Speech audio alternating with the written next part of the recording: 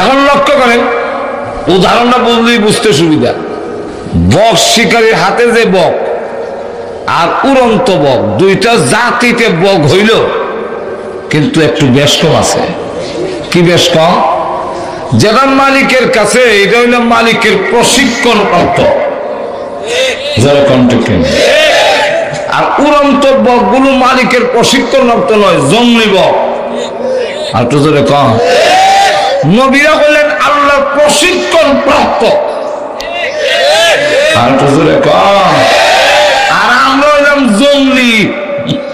জঙ্গলি মানুষ। প্রশিক্ষণ প্রাপ্ত বকটা যদিও মালিক যে জাতি, এই জাতের মধ্যে না, কিন্তু মালিকের সাথে বিচ্ছিন্ন নয়। আর তো জোরে কম। রশি দিয়া লাঠির সাথে বান্দা, লাঠি দিয়ে নাড়ায়, যুগ শত্রু আছে রশি, জোরে কম ঠিক কিনা? উড়ন্ত বকের সাথে মালিকের কোনো সম্পর্ক নাই। ঠিক নবীরা যদিও আমাদের জাতি মানুষ, কিন্তু আল্লাহর সাথে সম্পর্ক বিচ্ছিন্ন নয়। ওহির রশি বান্দা, ওহির দূর বান্দা, ওহি দিয়ে নাড়ায়, জোরে কম ঠিক কিনা? আর আমাদের সাথে আল্লাহর ডাইরেক্ট কোনো সম্পর্ক নাই, সম্পূর্ণ বিচ্ছিন্ন। বক লড়াইলে একটা বক কয়, আরে আমার জাতি ভাই উড়াল দিতেছে, চল যাই। কাছে আইলেই জঙ্গল দিয়ে ধরে, এমনি সে ছুটতে চায়, নখ দিয়ে আঘাত করে, টুট দিয়ে আঘাত করে, তখন দেখা যায় রক্তাক্ত হয়। কিন্তু এরপরও প্রশিক্ষণপ্রাপ্ত বকটা ক্যাক ক্যাক করে শব্দ করে তা মালিকরে বুঝায় রক্তাক্ত করে ফেলেছে, কিন্তু ইয়ার পরও ছাড়তেছি না, আপনার কাছে না পৌঁছাইয়া ছাড়তাম না, হাত বাড়াইয়া ধরেন। ঠিক তেমনি হবে নবীরা যখন আমাদের জঙ্গলি মানুষের সামনে এসে দাওয়াতের কাজ তুলে ধরেছেন, এই জঙ্গলি মানুষেরা নবীদেরকেও পাথর মেরে রক্তাক্ত করেছে, কিন্তু নবীরাও পরিষ্কার জানাইয়া দিয়েছে, রক্তাক্ত করতে পারো, আল্লাহ সান্নিধ্যে না পৌঁছানো পর্যন্ত দাওয়াতের কাজ বন্ধ হবে না। তাহলে এখন আসুন, আল্লাহ রাব্বুল আলামিন এই কারণে বলতেছেন, তোমাদের মাঝখান থেকে একজন নবী আমি পাঠাইয়া মুমিনদের উপরে অনুগ্রহ করেছি। মুমিনদের উপরে অনুগ্রহ করছেন, কিন্তু এই কথার দ্বারা আর একটা আয়াতের সাথে সাংঘর্ষিক হয়, তারও লেগে দাঁড়া। এই আয়াত কি? আল্লাহ কোরআনে বলে, ওয়ামা আরসালনাকা ইল্লা রাহমাতাল লিল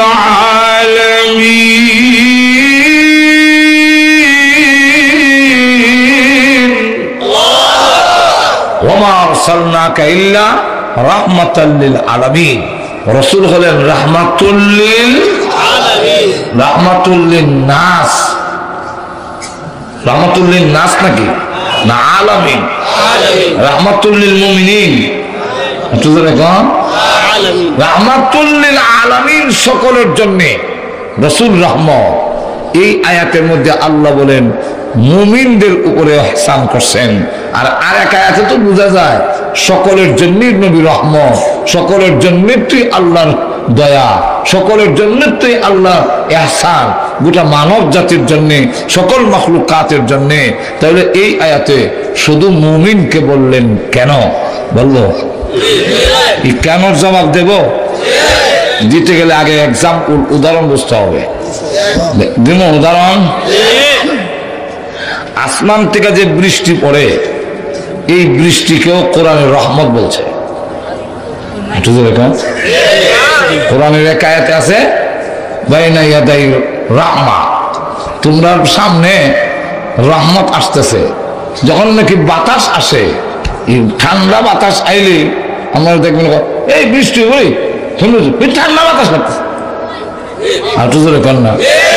আর বৃষ্টি না দেখলে আমরা এখানে মনে হয় আগে বৃষ্টি হয়ে গেছে।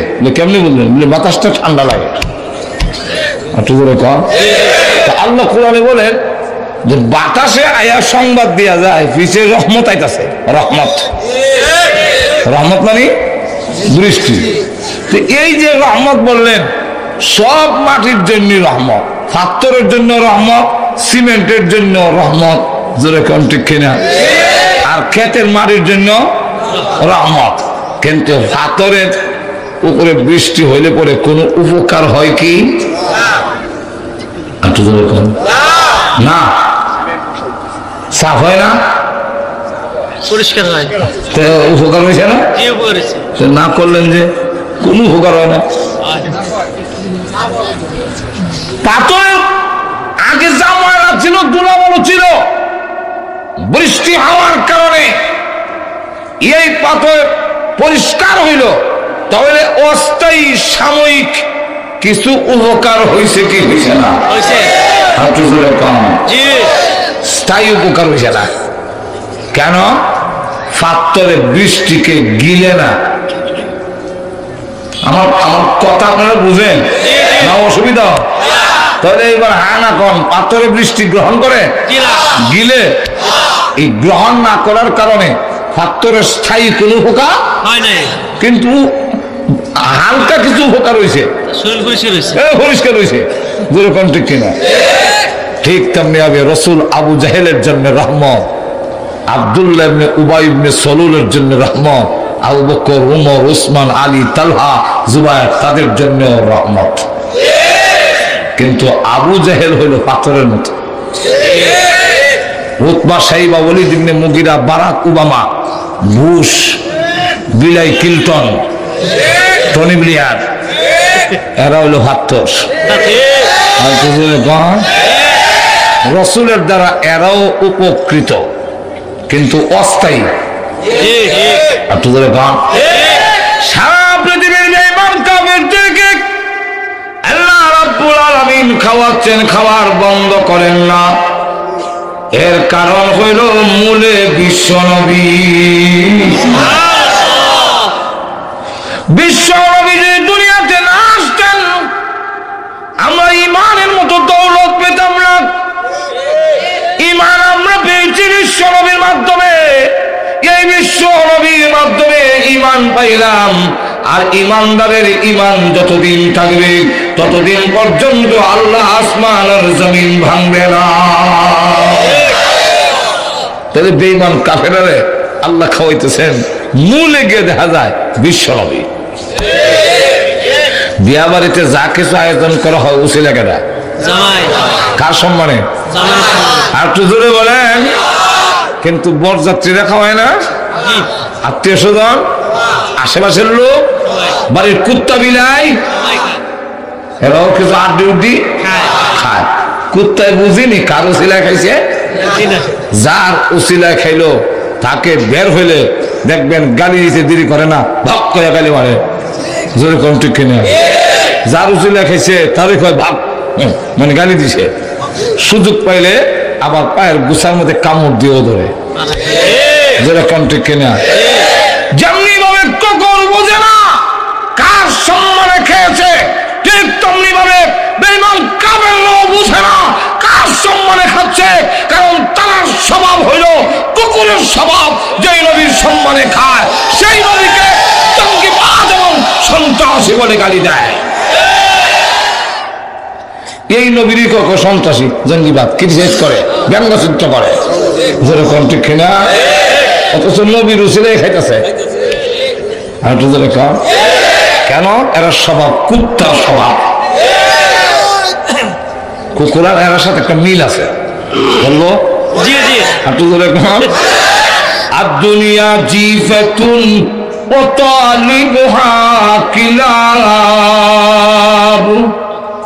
আল্লাহ রাসূল বলেন পৃথিবীটা মরা জানোয়ার, আর দুনিয়া জিফাতুন ওয়া তালিবুহা কিলাব।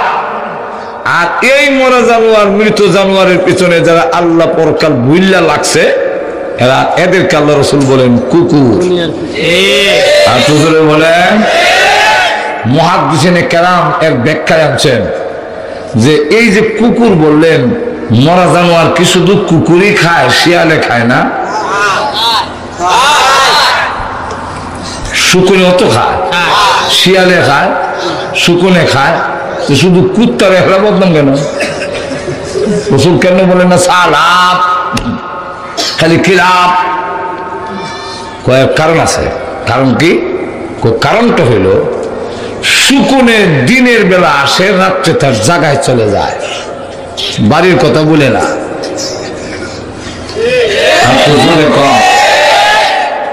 লক্ষ্য করে দেখবেন, শিয়াল রাত্রের বেলায় আসে, দিনের বেলা আসে না, তার বাড়ির জায়গা চলে যায়। আর কুত্তা 24 ঘন্টাই ফেড আছে আর জানোয়ার আছে। কুকুর যেইভাবে মৃত জানোয়ার পেলে মালিকের কথা বলে যায়, বাড়ির কথা বলে যায়, ঠিক তেমনি ভাবে যেই সমস্ত লোকেরা দুনিয়ার মরা জানোয়ার পাইয়া আল্লাহ মালিকের কথা বলে যায়, পরকালের কথা বলে যায়, হ্যাঁ, আর কুকুরের মধ্যে কোনো পার্থক্য থাকে না। যাক, দুনিয়াতে তারা কাফেররা বিশ্বনবীর দ্বারা উপকৃত হয় কিনা? হয়। এটা কি স্থায়ী না অস্থায়ী? অস্থায়ী। আর একটু জোরে বলে যে কাফেররা সাময়িক উপকৃত হয় বিশ্বনবীর মাধ্যমে। কি উপকারটা? যে আল্লাহ তাদেরও খাওয়াইতেছেন বিশ্বনবীর সম্মানার্থে। জোরে কোন ঠিক না? পরে কালেও কাফেররা অস্থায়ী উপকার হবে, কাফেররা পরকালেও অস্থায়ী উপকার। বলবো একটু জোরে কান। কিয়ামতের কঠিন ময়দান যেদিন কায়েম হবে, এই জমিন যেদিন তামা হয়ে যাবে, মাটি থাকবে না, এই পৃথিবীতে হবে হাসরের মাঠ। এখানেই এই গাজীপুর, মাওনা, শ্রীপুর, যে যেখানে কবরে ঘুমায় আছেন, এখান থেকে উঠে এখানে উঠবেন, আর কানে যাইতে হবে না, ট্রাক দিয়ে আপনাদের কানে সাপ্লাই দেওয়া হবে না। এই পৃথিবী হবে হাসরের মাঠ। বলতে পারেন হুজুর, লোকজন কিভাবে জায়গা হবে? আটলান্টিক মহাসাগর সহ সব যখন ভরাট করে ফেলবে, সব পাহাড় যখন লেভেল করে ফেলবে, এই পৃথিবী একবারে ছোট হবে না, অনেক বিশাল। বর্তমান কাবাগর যেখানে, সেখানে হবে আল্লাহর আরশ। সব যখন এই ময়দানে উঠবেন, তখন দেখবেন এই জমিন আর মাটি নয়, তামা হয়ে গেছে। কেন তামা হয়ে? গরম হয় বেশি। লোহা, তামা, কাঁসা, অ্যালুমিনিয়াম, টিন, এই জাতীয় জিনিসগুলো এইভাবে জমিন যখন তামা হয়ে যাবে, গরম পা রাখা যায় না। সূর্যটা, যেই সূর্য পৃথিবী থেকে বিজ্ঞানীরা বলেন 9 কোটি 30 লক্ষ মাইল দূরে, আল্লাহ রসুল বলেন এই সূর্যটা চৌকে সুরমা দিতে গেলে সুরমা দানিতে একটা শলা দেয়, যারা লাগায় মরাইয়া, এই কাদির যুদ্ধ লম্বা হবে। আল্লাহ নবী বলেন মাতার সূর্যের মাঝখানে এতটুকু ভাগ থাকবে, গরম কম লাগবে না, অনেক বেশি। বর্তমানে বিজ্ঞানীরা তাপমাত্রা মাপছেন, সূর্যের তাপমাত্রা হলো 6000 সেলসিয়াস বা সেন্টিগ্রেড। আল্লাহ রসুল বলেন বর্তমানে যা পাওয়ার আছে, এটা আরো 70 গুণ বাড়ায় দাও, গরম খুব কম লাগবে না, অনেক বেশি। অপরদিকে জাহান্নাম 7 তবক জমিনের নিচে আছে, 7 তবক জমিনের নিচে রাখা আছে। সেখান থেকে আল্লাহ বলবেন ফেরেশতাদেরকে টাইনা হাসরের মাঠে দুজক নিয়ে আসো। সুবহানাল্লাহ বলবেন। ওয়াজিআ ইয়াওমাইযিন বিজাহান্নাম, জাহান্নামকে টেনে আনো। আল্লামা আশরাফ আলী থানভী রাহমাতুল্লাহ আলাইহি জাহান্নামের আকৃতি বয়ান করছেন। 30,000 মাথা, প্রত্যেকটা মাথায় 32,000 করে দাঁত, এক একটা দাঁত হবে উহুদ পাহাড়ের সমান। নাক আছে, নাকের ছিদ্রের মধ্যে রশ্মি লাগানো আছে। 19 জন ফেরেশতারা এটার কমান্ডিং অফিসার, আর এক একজনের অধীনে 70,000 করে। শুধু ফেরেশতা যে সেও জাহান্নামের রশিদ যারা ধরে রাখছে, এই কাত থেকে এই কাত পর্যন্ত দূরত্ব হলো 70 বছরের রাস্তা। আর বড় ফেরেশতা কত বড়, তখন বয়ান দেওয়ার টাইম আমার নাই। বড় ফেরেশতা যে জাহান্নামের বড় যিনি, উনি কত বড় হবে। একটা কিতাব আছে আমার কাছে, এর নাম হইল ফেরেশতুনকা আজিব হালাত। এই কিতাবের মধ্যে আনছেন যে মালিক ফেরেশতা হইল যে উনি সারা জাহান্নামের প্রধান।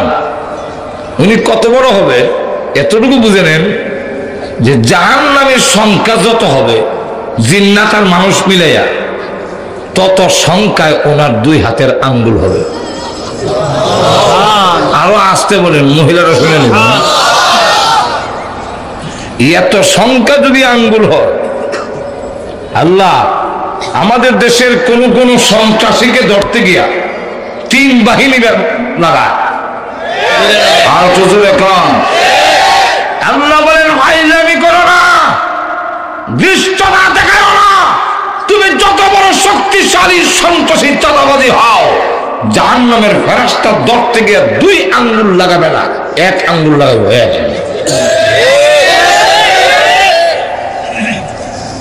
এখন এইভাবে দইরা জাহান্নামের দিকে যখন ঢিল মারবে, কিতাবে লেখেন 70 বছর পর্যন্ত সে শুধু যাইতেই থাকবে। কি শক্তি হাই নেমে করতে, হিসাব বেরা করো। ঠিক কিনা?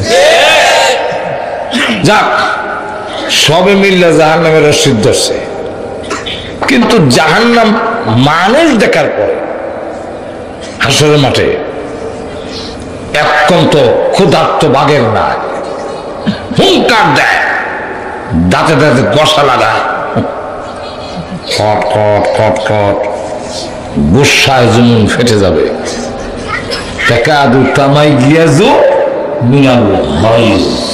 ফেরেশতারা ধরে আটকায়, কিন্তু আটকাইলে কি হবে?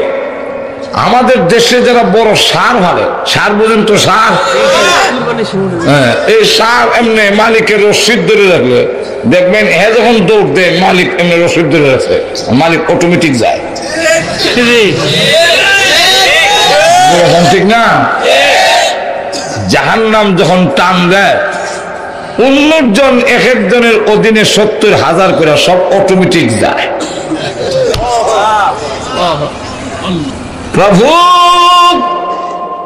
তুমি না বলেছিলে মানুষ আমার খাবার, লক্ষ লক্ষ বছর ধরে আমি ক্ষুধার্ত, খাবারের অভাব নাই গো, বলো না রশিদা ছেড়ে দিতে, সবগুলো খাওয়ান খেয়ে ফেলে। আল্লামা মুফতি শফি সাহেব রাহমাতুল্লাহ আলাইহি তাফসীরে মারিফুল কোরআনে এই আয়াতের ব্যাখ্যায় আনছেন, হঠাৎ করে ফেরেশতাদের হাত থেকে রশিদা ছুটে যাবে, তখন সে খাওয়া করছে জাহান্নামের দিকে। আর যতগুলো নদ নদীর রেখা ছিল, সমস্ত রেখা দিয়ে এক একটা জিহ্বা বেরোছে গ্রাস করার জন্য। এই অবস্থায় ফেরেশতারা বারবার চেষ্টা করতেছে রশিদা ধরার জন্য, কিন্তু লাগাল হয় না, হেজেতেছে পাগলের মতো। এই অবস্থা দেখা নবীরা তখন বলবে, উম্মতের দরকার নাই, আমার বাঁচা। ওলি গাউস কুতুবরা বলবে, আল্লাহ মুরিদ লাগতো না, আমারে বাঁচাও। ভণ্ডরা বলবে, আল্লাহ আমি ফির আসতাম না, আমি একটা ভাব ধরছিলাম দুনিয়া দেখাবার জন্য, আমি ফির না। মা বাবা সব আতঙ্কিত। আল্লাহ হুঙ্কার দেয়, ফেরেশতারা জিবরাইল, ইসরাফিল, মিকাইল সব লাইনে দাঁড়াও, আমি আল্লাহর অনুমতি ছাড়া কথা বললাম না।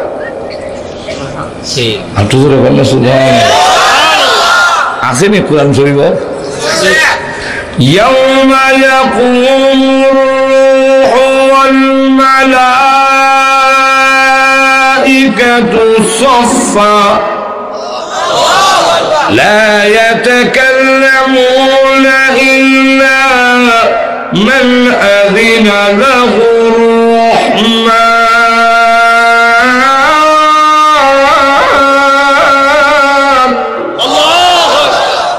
আল্লাহ বলবেন আমার অনুমতি ছাড়া, রহমানের অনুমতি ছাড়া কোনো কথা।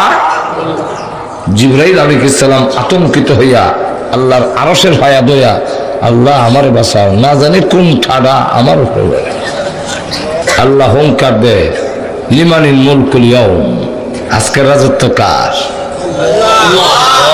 রাজত্ব রাষ্ট্রীয় ক্ষমতা হইয়া যা ইচ্ছা তা কইছ, যা ইচ্ছা তা করছ। এখন বল হাওয়ার দেখা প্রতিষ্ঠান বেতার দেখা হাওয়ারটা সিটি সেন্টার। আইনা নমরুদ আইনা ফিরাউন, নাম ধরে রাখবো নমরুদ করে কথা কস না, কস না এখন কথা। বুশের নাম তো লই তুই, কারণ পুরান ভাগরেরই বাদ নাই, আবার বলে নতুন ভাগর।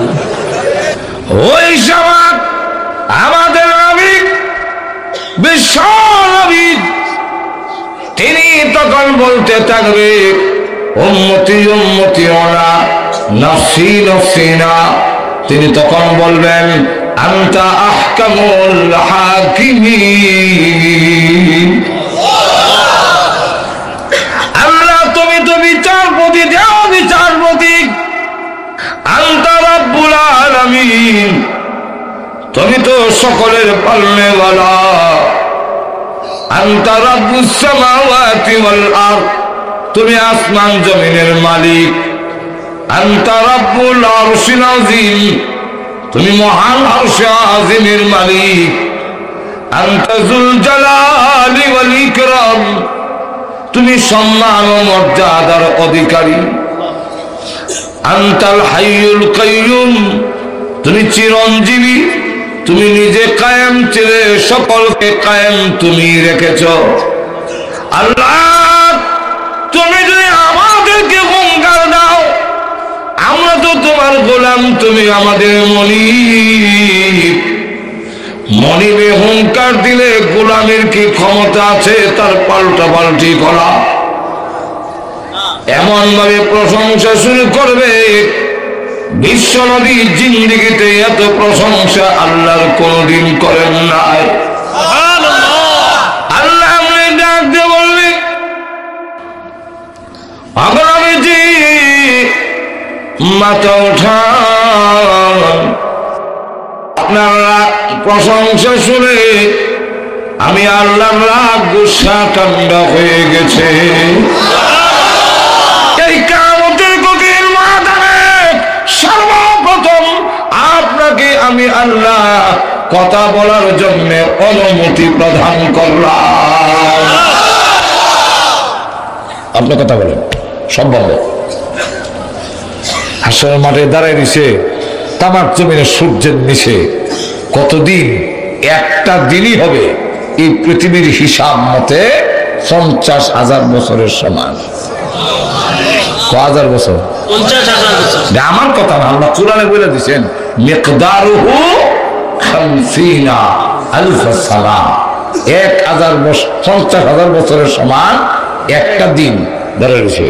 এখানে নমরুদ আছে, ফেরাউন আছে, হ্যাঁ, আবু জাহেল আছে, আবু লাহাব আছে, বুশ আছে, বারাক ওবামাও থাকবে, না থাকবে না? থাকবে। আপনিও থাকবেন, আমিও থাকবো। ঠিক না? আল্লাহ রাব্বুল আলামিন সব টেরদার করে রেখে দিয়েছেন, কোন কথাই কয় না। আর খালি তার 50,000 বছর, চিন্তা করছেন বিষয়টা। এখন হাসরবাসীরা বলবে যে আমরা একটা ফায়সালা হয়ে যাক, জান্নাত আর জাহান্নাম বুঝি না, একটা ফায়সালা হোক। কোন লোককে যদি একবার খালি কোর্টে আনে আর নেয়, আর একবার মাথা বাইর করে আবার নেয়, ফাঁসি দিবই না দিত না, এরকম একটা টানাটানি যদি থাকে, তখন যারা এইভাবে নেয়, এখন কিভাবে কোর্ট কাছারিতে টানা হাসার থেকে একটা দাঁড়াব যেরকম দেখেন। হাসরবাসীরা বলবে একটা ফায়সালা হয়ে যাওয়া ভালো, দাঁড়াব দুজবই। কিন্তু কথাটা বলবে কে? একটা ফায়সালা করেন সব হাসরবাসীর গে রাখা। আপনার নাম রাব্বা, আপনার নাম রাব্বা, আব্বা মানে আদম আলাইহিস সালাম, সকলের আব্বা তো আদম আলাইহিস সালাম। আপনি নাম আব্বা কি করা একটু কন্যা বিচার আরম্ভ করতে বলে 1000 বার মাপ চাই। হাদিস শরীফ আসছে মুসলিম শরীফে, তখন বলবে ইতু নুহা, তোমরা নূহ নবীর কাছে যাও। নূহ নবীর কাছে গিয়ে বলবো আপনি না আমরা যে শরীয়তের প্রথম নবী, আপনি একটু মেহরবানি করে আল্লাহর কাছে বলেন না বিচারটা, মানে বেহেশত দিলাম না, বেহেশত দিল একটা দেল আর এই কথাটা আল্লাহর কাছে বলেন। নূহ নবী আমি মাপ চাই। বলে কেন? বলে আল্লাহ যদি উল্টা আমার জিজ্ঞাসা করে যে 1000 মানুষ মরলো, তোমার ছেলে যে সময় মরে এই সময় সিলি মাসে লেগে যাবে, এর আগে সিলি দিন না, এটা জবাব দেওয়া আগে আমি না। তোমরা যাও ইব্রাহিম নবীর কাছে, তো ইব্রাহিম নবীর কাছে সবাই গিয়ে আপনি না খলিলুল্লাহ, আল্লাহ উপাধি দিয়েছেন, আপনি আল্লাহর জন্য আগুনে জাপ দিছেন, ছেলে কুরবানি করছেন। হ্যাঁ, যদি উনি তো কুরবানি করে নিয়েছে, কুরবানি ওইসে না, এটা হলো ভিন্ন, উনি তো করিবেন সব ডাক্তার ইয়া যেরকম ঠিক খেয়ে। এখন আপনি কোরবানি করছেন, আপনি অনেক কিছু আপনি বলেন না। ইব্রাহিম নবী বলেন আমি মাপ চাই। বলে কেন? আল্লাহ যদি উল্টে জিগায় বউরে বোন কইসলা কেন? বুঝেন না? মুসলমান মিশা কথা বলতে পারে না, কিন্তু মিশাও না, আবার একটা শব্দের 2টা অর্থ হইতে পারে, এমন কথা বলা জায়েজ আছে, এমন কথা বলা জায়েজ আছে। যেমন হযরত আবু বকর সিদ্দিককে জিজ্ঞাসা করেন হিজরতের রজনীতে, আরে কাফের ও আবু বকর তোমার সাথে লোকটাকে? আবু বকর সিদ্দিক বলেন হিজরতের দিন রওনা দিছি, এখন যদি বলি মোহাম্মদ তো তুই এক্ষুনি আমরা আটকাই দিব, আর যদি বলি মোহাম্মদ না মিথ্যা হবে, মুসলমান মিথ্যা বলতে পারে না। তাই তিনি বলেন হুয়া রাজুলুল্লাযী ইয়াহদিনি, তিনি ওই ব্যক্তি যিনি আমার পথ দেখান। দেখেন এক গুলি 2 শিকার, এটা 2টা অর্থ। একটা অর্থ হইল যে দুনিয়ার হয়তো আরব দেশে এক জায়গা থেকে আরেক জায়গা যেতে গেলে পথ দেখান না লোক ছাড়া জায়গা যাওয়া যেত না, ওই লোকটা বুঝে রয়েছে মনে হয় পথ দেখাবে লেগে একটা লোক রাহাবর রয়েছে। আর আবু বকর সিদ্দিক বুঝাইছেন উনি ওই ব্যক্তি যিনি আমার বেহেশতের পথ দেখা। কথাটা বুঝলেন না? ইব্রাহিম আলাইহিস সালাম উনি যে বলছেন ওনার ওয়াইফ রে বোন জালেম বাদশা তার রাষ্ট্র দেয়াইতেছে, আর তার নিয়ম হইলো সাথে যদি ওয়াইফ থাকে স্বামীর একটা বউ লইয়া যায়, সুন্দরী বউ লইয়া নিয়ে যায়। এখন উনি যদি কয় আমি ওনার স্বামী, তো একটা বউ লই দিব, এর লেগে তিনি বললেন উনি আমার বোন। আর ওনাকে বললেন তুমি কিন্তু কইও আমি তোমার ভাই, আমি ভাই পরিচয় দিছি। এটা কোন দৃষ্টিকোণ থেকে? আমাদের ব্রাহ্মণবাড়িয়ার একজন বড় আলেম ছিলেন, ওনার নাম তাজুল ইসলাম সাহেব রহমতুল্লাহ আলাই, যার উপাধি ছিল ফখরে বাঙ্গাল। উনি বিয়ে করছেন উজানির কারি ইব্রাহিম সাহেবের মেয়ে। তো ইব্রাহিম সাহেব আসছেন ছেলে দেখার জন্য, ছেলে যোগ্য কিনা। তা এইসব প্রথম প্রশ্ন, মানে আমরা দেশে তো আমরা আগে গ্রাম এলাকা দেখতাম, প্রশ্ন করতে গেলে জামাই দেখতে গেছে কৃষক লোকেরা, তখন প্রশ্ন করতো। তো একটা লোকের প্রশ্ন করে মেট্রিক পরীক্ষা দিয়েছে ওই সময়, তো লোকটারে জিজ্ঞাসা করে বাবা বলেন তো দেখি 4টা গরুর কটা ঠেং? তো উনি বলেন 4টা গরুর 18টা ঠেং।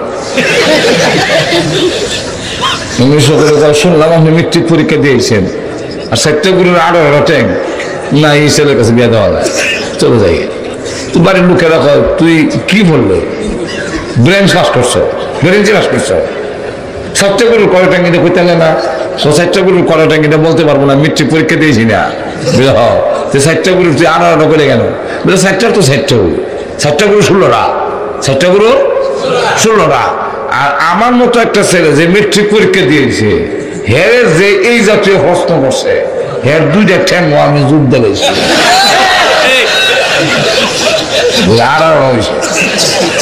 যেরকম ঠিক না, এই জাতীয় আগে প্রশ্ন করতে গিয়া আর কারো যারা কিছু হন্ডিতে একটু প্রশ্ন বলে কোন সূরায় 9 মিল, কোন সূরায় 9 মিল, কথা বলবেন না। তো কারি ইব্রাহিম সাহেব রহমতুল্লাহ জিজ্ঞাসা করেন ফখরে বাঙ্গাল তাজুল ইসলাম সাহেবকে যে আপনার আব্বা আপনার কি হয়? আমরা বলতাম এটাকে একটা প্রশ্ন হইল, আব্বা তো আব্বাই, আব্বার আব্বা কি হয়? বেশির থেকে বেশি বলতাম আব্বা আমার মার স্বামী হয়। কিন্তু ফখরে বাঙ্গাল রহমতুল্লাহ সঙ্গে সঙ্গে জবাব দেয় ভাই হয়। উনি প্রশ্ন করেন আপনার আব্বা আপনার কি হয়? উনি বলেন ভাই হয়। এমনি কারি ইব্রাহিম সাহেব রহমতুল্লাহ আলাইহি বলেন ছেলে উপযুক্ত বিয়ে দেওয়া যায়। আব্বা আবার কি হয় এটা প্রশ্ন করলেন কেন? তখনই উনি বুঝে ফেলছেন যে কোন দৃষ্টিকোণ থেকে প্রশ্ন করছে। উনি কোরআন হাদিসের দৃষ্টিকোণ থেকে প্রশ্ন করেছেন, ইন্নামাল মুমিনুনা ইখওয়াতুন, মুমিন মুমিনে ভাই ভাই, আব্বা মুমিন আমিও মুমিন, ইমানের সূত্রে বাপ বেটাও ভাই ভাই। আর বুঝলে কম। তো এখন দেখেন হযরত ইব্রাহিম আলাইহিস সালাম এই দৃষ্টিকোণ থেকে তুমি মুমিনা আমি মুমিন, এই দৃষ্টিকোণ থেকে এখন বলছি তুমি আমার বোন আমি তোমার ভাই। ভাই। হযরত ইব্রাহিম আলাইহিস বলেন আল্লাহ যদি জিজ্ঞাসা করেন এই ফেস লাগাল কথা বুঝতে পারে আমি নকশা আমি পারবো না। তোমরা যাও মুসা নবীর কাছে। মুসা নবীর কাছে যাওয়ার পরে উনি বলবেন আমি পারবো না। বলে কেন? বলে দুজন ঝগড়া লাগছে আর আমি বাঙাল উদ্দেশ্যে ধাক্কা দিয়েছিলাম, এটা করে মরিছে। আল্লাহ যদি জিজ্ঞাসা করেন যে একটা লোকে ধাক্কা দেবেন এটা সব আমাকে দেওয়া যাও, আমার উন্মত লাগতো না, আমার জান আছে। তোমরা যাও ঈসা নবীর কাছে। ঈসা নবীর কাছে আসার পরে উনি বলবেন আমিও পারবো না। বলে কেন? বলে আল্লাহ যদি আমার উল্টা জিজ্ঞাসা করেন তুমি সুপারিশ করবো পরে আগে বলো তোমার উম্মতেরা তোমাকে আমার ছেলে বানাইছিল কেন? আমার তো কোনো ছেলে নাই, তুমি কি আমার ছেলে? বলেন না। তো এটার জব আমাকে দেওয়া যাও, ফুটবলে ছিলকের দিকে ঠিক না? আমি আটকা পড়ে যাও, আমি পারবো না। তবে তোমাদের কয়ে দে তোমরা যাও বিশ্ব নবীর কাছে। বিশ্ব নবীর কাছে আসার পরে বিশ্ব নবী বলবেন তোমরা সঠিক জায়গায় এসেছো, এই অধিকার একমাত্র আল্লাহ আমাকে দিয়েছেন। বিশ্ব নবী রাহমাতুল লিল আলামিন তখন শুরু করবেন, বিচারটা আরম্ভ করেন। আল্লাহ বিচার আরম্ভ না করলে ভালো মন্দ কিছুই বোঝা যায় না। নবীজির সুপারিশের কারণে তখন দেখা যাবে মাত্র 6 ঘন্টার ভিতরে আল্লাহ সকলের হিসাব কিতাবের খাতা সমঝাইয়া দিবে। কয় ঘন্টা? হাদিসের মধ্যে 6 ঘন্টাই যে না, হাদিসের মধ্যে আসছে নিসফুন নাহার। এটা আমি হিসাব করিয়া 6 ঘন্টা আমরা রেডি করে দিলাম আর কি, কথা বুঝেন না?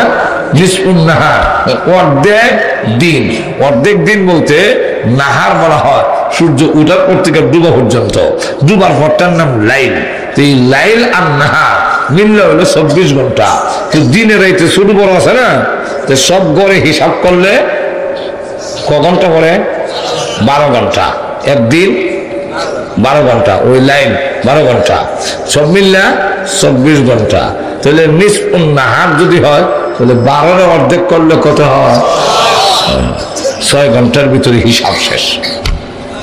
এবার বলেন এই যে পরিত্রাণ হইল হাসরের ময়দানের কষ্ট থেকে, আবু জাহিল হইল, আবু লাহাব হইল, এটা কি স্থায়ী উপকার না অস্থায়ী?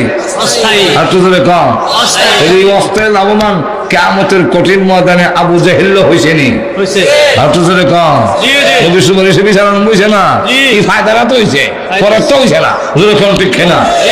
এই জন্য বৃষ্টি হইলে আসমান থেকে পাথরের যেমন অস্থায়ী উপকার হয়, স্থায়ী উপকার হয় না। এই কাফেররা হইলো পাথরের মতো। আসমান থেকে যখন বৃষ্টি পড়ে, সিমেন্ট যদি থাকে বাইরে, বৃষ্টি পড়লে শক্ত থাকে না নরম হয়? প্রথমত নরম হয়, এটা বুঝেন না কেন? সিমেন্টের মধ্যে পানি দিলে গলে যায়, হাওড়ার করে গলে যায়, কিন্তু পরে শক্ত হয়, পরে হাত হয়। তাহলে আগে ভালো আছে, পরে খারাপ হয়েছে, হাত হয়ে গেছে, যেরকম ঠিক কিনা? কেন? কারণ হইল সিমেন্টে পানি গিলে কিন্তু রাখে না, ছাইড়া দেয়, ভিতরে রাখে না, ছাইড়া দেয়। এই কারণে আগে ছিল হাওড়া, পরে হয়েছে মাত্র শক্ত হয়ে গেছে। এক দৃষ্টান্ত হলো মুনাফিকরা। আর একটু জোরে বলেন, মুনাফিকরা রাসূলকে গিলে কিন্তু ভিতরে রাখে না, উগলায় ছেড়ে দেয়। এই কারণে কাফেরের চাইতে আরো শক্ত হয়ে যায়। আর জমিনের যে মাটি পানি গিলে এবং ছাড়ে না, রাখা যায়। এই কারণে স্থায়ী উপকার ক্ষেতের মাটির হয়। এর দৃষ্টান্তটা হলো মুমিনের। আর একটু জোরে বল। লাকাদ মান্নাল্লাহু আলাল মুমিনিন।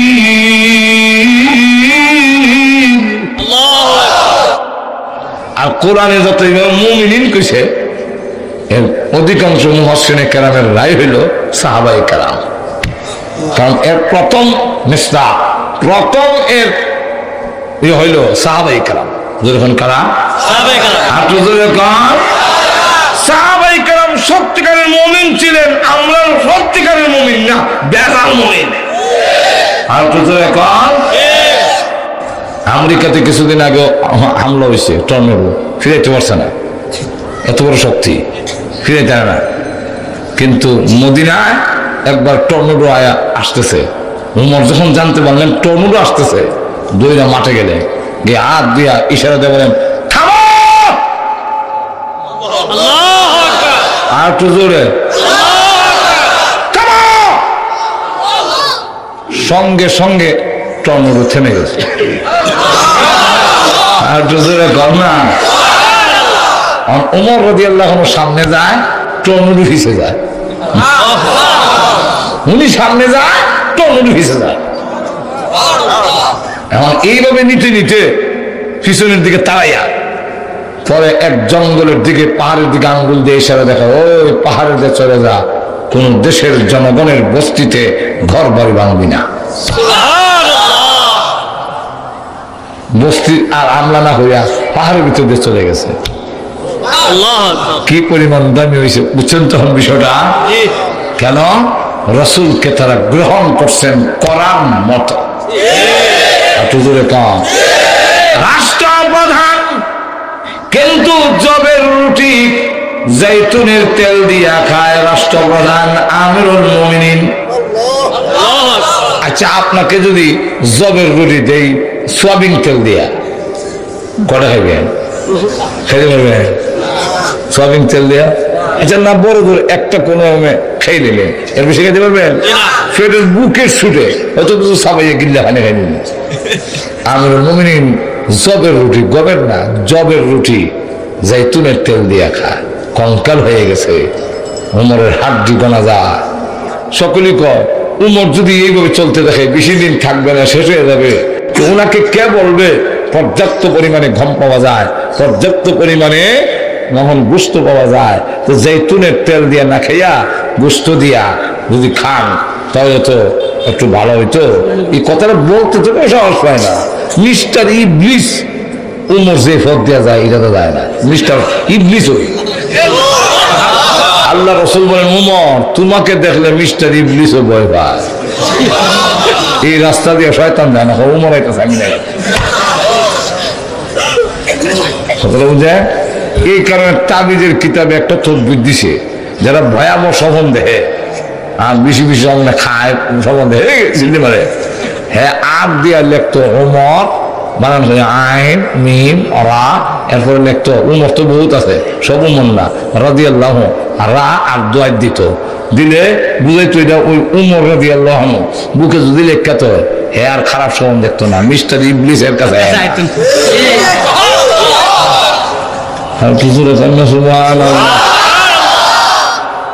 কে বলবে? সকলে মিললে হয় ওনার মেয়েকে বলি, ওনার মেয়ে যদি ওনার মেয়ে কিন্তু ফদে বলে বিশ্ব নবীর আদরের স্ত্রী উম্মাহাতুল মুমিনিন হযরত হাফসা রাদিয়াল্লাহু আনহা, ওনার কাছে যাই, ওনারে গিয়ে ফাটাই।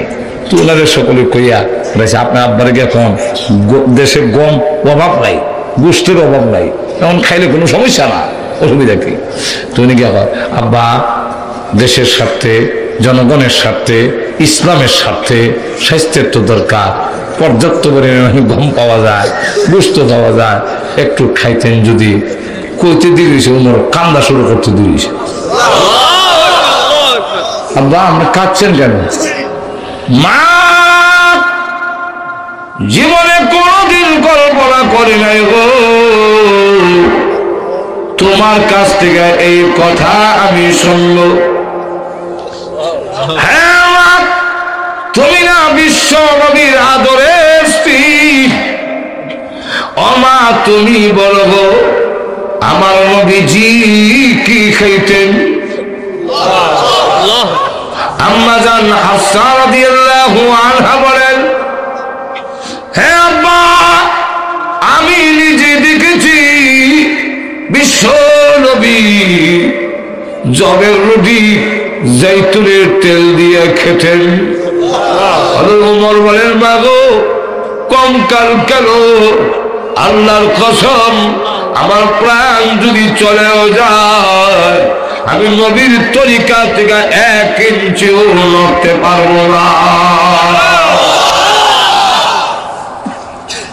তারা নবীকে গ্রহণ করেছিলেন সঠিকভাবে, এই কারণে তারা দুনিয়া এবং আখিরাতেও দামি। রাসূল বলেন, জান্নাতের ভিতরে গেলাম, সুন্দর বালাখানা দেখে আকর্ষণ যখন হয়ে গেল, এত সুন্দর বালাখানা আমি দেখে আশ্চর্য হয়ে গেলাম, নবীকে আকর্ষণ করে ফেলেছে। বুঝতেছেন তো বিষয়টা কত আকর্ষণীয়? দামি দামি পাথর, কারুকার্য। রাসূল 1 কদম 2 কদম বিল্ডিং এর দিকে যায়, ফেরেশতারা বলেন, নবী, ঘরটা কার জানেন? রাসূল বলেন, কার জন্য বানাইছেন আল্লাহ? এক আরবির জন্য। রাসূল বলেন, আনা আরবি। তখন ফেরেশতারা বলেন, এক কুরাইশের জন্য। রাসূল বলেন, আনা কুরাইশি, আমিও তো কুরাইশি। ফেরেশতারা বলেন, এক যুবকের জন্য। রাসূল বলেন, আমিও তো যুবক, আমি তো বুড়ো হয়েছি না। তাহলে বলো না, নামটা বলো না, কার জন্য? কুরাইশি, আরবি, যুবক, শাবাব, এইগুলো বলো, বলো তার নাম কি? নাম জানো না? তোমাদের নাম বলে নাই আল্লাহ? বলে, হ্যাঁ, আল্লাহ এলান করে দিয়েছেন জান্নাতের ভিতরে, ও জান্নাতের খাদেম খোদ্দামরা, তোমরা ভালো করে স্মরণ রাখো, এই সুন্দর বালাখানা আমি তৈরি করে রেখেছি ওমর ইবনুল খাত্তাবের জন্য। অ্যালবামটি নিবেদন করছেন ইসলামী প্রযোজনা প্রতিষ্ঠান লাঞ্ছিত অপমানিত রাসূলকে ছাইরা আর তুজুরে করনা মুমিন রাসূলকে গ্রহণ করে দুনিয়া এবং আখিরাতে লাভবান। এই কথাটা আল্লাহ বুঝাবার জন্য বলছেন, লাকাদ মান্নাল্লাহু আলাল মুমিনিন,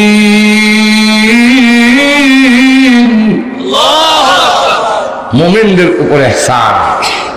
ওয়া মা আরসালনাকা ইল্লা রাহমাতাল লিল আলামিন।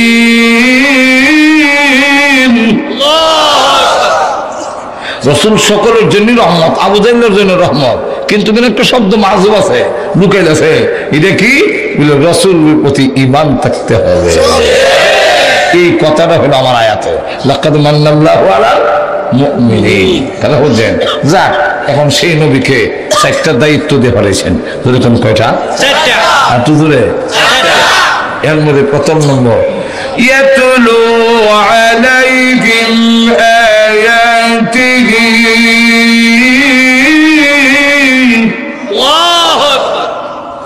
কোরআন তেলাওয়াত করেন।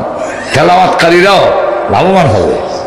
হাদিসে এসে জান্নাতের ভিতরে আল্লাহ বলবেন, ইউকাল লিসাহিবিল কোরআন, কোরআনওয়ালা হাফিজুল কোরআন কইছে না, সাহিবিল লিসাহিবিল কোরআন ইউকালা, বলা হবে, বুঝলেন না? লিসাহিবিল কোরআন, হাফিজুল কোরআন কইলে না হবে সব আলাদা করতাম। সাহেবের কোরআন, কোরআনওয়ালা, যে জাগির দেয় হেও কোরআনওয়ালা, যে টাকা দেয় হেও কোরআনওয়ালা, যে 1 বস্তা চাউল দেয় হেও কোরআনওয়ালা। তখন আল্লাহ কোরআনওয়ালা বলবো, ইকরা। বলে আমি তো পড়তাম জানি না, ওই সময় অটোমেটিক তুমি পড়তে জানবা, জবান দিয়ে বের হবে, ইকরা, পড়ো, ওয়ার্তাকে, আর চলো। তবে এখন দুনিয়ার বুনবুন্যা পড়া না, আমরা পড়া হইল হাফেজ সাহেবরাও হয়, আর আমরা যে মসজিদে তারাবি হাফেজ সাহেবরা খুব বুনবুন পড়তে যায়,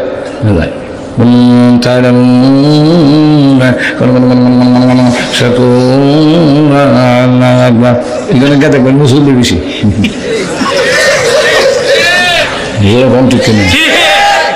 ওরা তিল, তার তিলের সাথে পড়ো, কামা কুনতা তুরাত্তিলু ফিদ দুনিয়া, দুনিয়া যেভাবে পড়ছিল এইভাবে তোমার পড়া যেখানে শেষ হইব বাসস্থানে গণন যাও। আলহামদুলিল্লাহ যদি আপনি ফেলে থেকে দেখেন 30 পড়া ফরল কথা না, আমি আলহামদুলিল্লাহ না পারি না, আল্লাহ আর পারি না। তা আমরা 7টা তালার স্বর্ণের তৈরি, 7টা তালার মালিক। তাহলে যে হাতে আসলা যাবে সেও গর্বিত। কে বলছে সার্টিফিকেট নাই কি করে খাইবে? আর তো জোরে কর না, আরো জোরে। যারা বলে কওমি মাহা করলে কি হইব, বলে আলহামদুলিল্লাহ শিখতে হলো লাভবান। জোরে কম ঠিক না, ঠিক না? আলহামদুলিল্লাহ করলেও আপনার ছেলেকে কতদূর কি বানাইলেন? একটা আমারও কতদূর একটা ছেলে আলহামদুলিল্লাহ 3 ছেলে 3 জনে হাফেজ, তখন 3 কতদূর একটারে ডাক্তার ডাক্তার কি দিব কি হবে বলেন? হ্যাঁ ডাক্তার আমার কি হইল?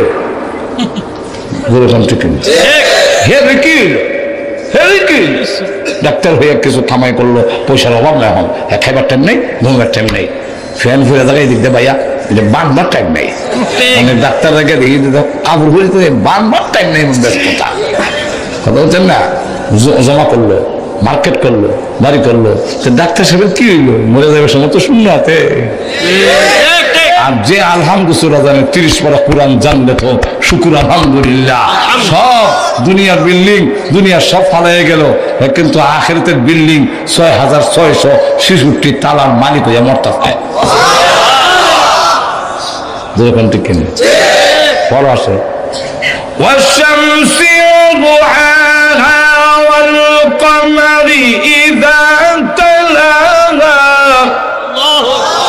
করবে আর কম্পিউটারের মতো অটোমেটিক দেখা যায় তালা, খালি দৌড়ে উঠতেছে তালা। আল্লাহু আকবার। যা কোরআন তেলাওয়াত করো, তেলাওয়াত বুঝো আর না বুঝবো, বুঝলে আলহামদুলিল্লাহ, বুঝতে পারলে আলহামদুলিল্লাহ, কিন্তু বুঝো আর না বুঝো সব ঠিক আছে, অ্যাকশন ঠিক আছে। বুঝতে পারলে আলহামদুলিল্লাহ, শুকুর আলহামদুলিল্লাহ, কিন্তু না বুঝলে তো হবে না তা না। তবে শর্ত 2টা।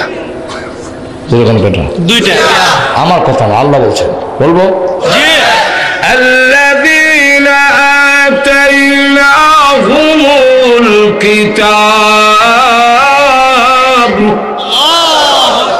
যাদের কিতাব দিছি তার জন্য শর্ত হইল ইয়াতলুনাহু হাক্কা তিলাওয়াতি। 1 নম্বর শর্ত হইল তেলাওয়াতের হক আদায় করে পড়তে হবে, সহি শুদ্ধ করে পড়তে হবে। আমরা কাজ হয় না, গিয়া দিকে যা একটা পড়া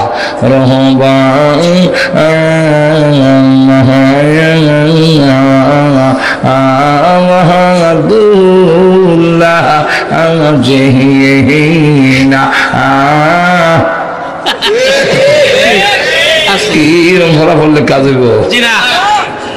হ্যাঁ, কষ্ট করে পড়েন, কোথায় করেন, সব আদেশ সাহেবের ডাবল। আপনি বলতেছেন ইন্নাল্লাযীনা কাফারু কাফারু কাফারু কাফারু সাওয়াউন সাওয়াউন, আবার বানা হয় আলাইহিম। কোথায় কোথায় যদি পড়ে, আল্লাহ রাসূল বলছেন হাফেজে কোরআন থেকে তোমার সব ডাবল সব হইবে, কিন্তু শুদ্ধ হলে উঠিব। আচ্ছা যা, 1 নম্বর বিস্তারিত কোনের টাইম নেই। 2 নম্বর শর্ত হইল, 2 নম্বর শর্ত হইল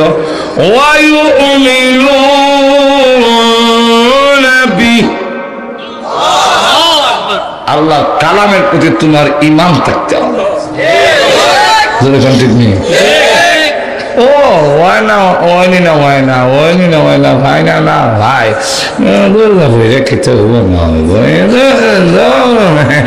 এটা হলে তোমার ভেটাটা করবো।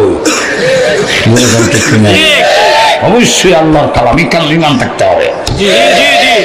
একবার তেলাওয়াত করে বুঝে না, পরে করতে পারে না, ये मेरे मौला का कलम है और सच है, सत्य। ये मेरे मौला का कलम है और सच है, বিশিষ্ট উল্লায় এই সত্য, সব সত্য। আর কান্দে মরছে বলে কবরে রাখছে, যে আমরা কবর দাফন করতে গেছি জরুরি জিনিস কবর করে আছে গা, এখন মাটি সরাইছে দিলাম তো দেখে কবরে ফুলের বাগান মেশকে আম্বর, আল্লাহ তার কবরে জান্নাতের বাগান বানিয়ে দিয়েছে। বুঝো আর না বুঝো তেলাওয়াতের সব, যারা কেউ বুঝে না বুঝলে না বুঝলে সব নাই, এটা হলো মূর্খ পণ্ডিত। এত জোরে কর, কোরআনের অনেক আয়াত আছে পৃথিবীর কোনো আলেমে বুঝে না। আল্লাহ কোরআনে বলছেন আলিফ লাম মিম, এর অর্থ আল্লাহ ছাড়া, কিন্তু রসুল বলছেন আলিফ লাম মিম বললে কমের পক্ষে 30টা সব পেবে। আর এটা স্বাভাবিক, এটা স্বাভাবিক, না বললো সব। এগুলো ওই সাইডে বসে মশা কামড়ায়, ওই দূর থেকে একটা গাছ উঠে আনছে মশা ধরে বের লেগে, যখন এটা আমরা ডেঙ্গে রাখা যায় কি তুমি শুল্ক করে কোথা বুঝলাম না, মশা তারা বেলে গাছ টানছিলাম যেখানে লাগে কাজ জায়গায়, তো তুই যে সুত্রা গাছ লইছ, সুত্রা গাছ বুঝো আর না বুঝো এর মধ্যে ক্ষমতা দেওয়া লাগাই লেখা যায় বুঝলে না, সুত্রা গাছ আল্লাহর সৃষ্টি, এটা যদি লাগাই লেখা যায়, আর কালাম তো আল্লাহর সৃষ্টি নয়, আল্লাহর সিফত, আল্লাহর অংশ, সুতরাং তুমিও লাগাই দেহ কাজ যাইব যেরকম ঠিক যেরকম ঠিক কিনা। আজকে কোরআন তেলাওয়াত বন্ধ করার ষড়যন্ত্র গভীরভাবে চলছে, সেই কোরআন আমরা ধরে রাখার জন্য প্রস্তুত আছি না? সারা বিশ্বে আজকে কোরআন আওয়াজ উঠেছে, আজকে আমেরিকাতে যে অবস্থা হচ্ছে, আমেরিকাতে